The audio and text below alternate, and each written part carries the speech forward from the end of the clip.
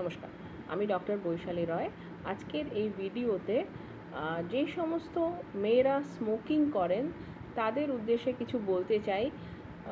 Smoking করা কিন্তু সবার জন্যই খারাপ, মেয়েদের পক্ষে সেটা আরও খারাপ। কেননা ভবিষ্যতে তাদের মধ্যে অনেকেই হয়তো গর্ভবতী হবেন এবং বাচ্চার জন্ম দেবেন।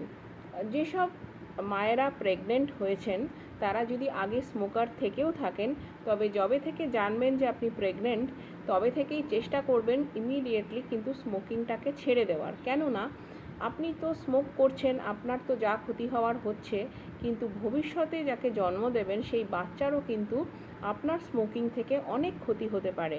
প্রথম কথাই হচ্ছে মিসক্যারেজ হতে পারে, প্রিটার্ম ডেলিভারি হতে পারে।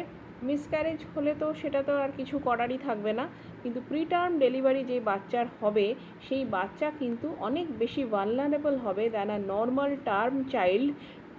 মানে নর্মালি যে বাচ্চা ডেলিভার হচ্ছে এবং প্রিটার্মে যে ডেলিভার হচ্ছে তার কিন্তু এই যে ইনফেকশন হবার বাইরে যে ইনফেকশন, সেই ইনফেকশন হওয়ার সম্ভাবনাটা কিন্তু অনেক বেশি। হ্যাঁ, তাদের লাং ক্যাপাসিটি কম থাকে, সেই জন্য ইনফেকশন তাদের তাড়াতাড়ি ধরে নেয় এবং সাডেন ডেথ ডিউরিং ইনফ্যান্সি বলে একটা যে সিনড্রোম রয়েছে, এটাও কিন্তু তাদের মধ্যে, সেই সব বাচ্চাদের মধ্যে খুব র্যাম্পেন্ট।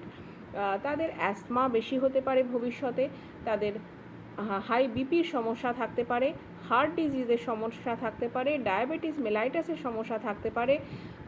এবং যদি মা ক্রনিক স্মোকার হন ইভেন ইন প্রেগন্যান্সি, তাহলে কিন্তু যে ভবিষ্যৎ প্রজন্ম তার কিন্তু অনেক ক্যান্সার হবার সম্ভাবনাও খুব বেড়ে যাবে। সেই জন্য প্রেগনেন্ট মাদারদের কিন্তু স্মোকিং করা একেবারেই ঠিক নয়। এইটার কিন্তু এ নিয়ে কোনো দ্বিমত নেই।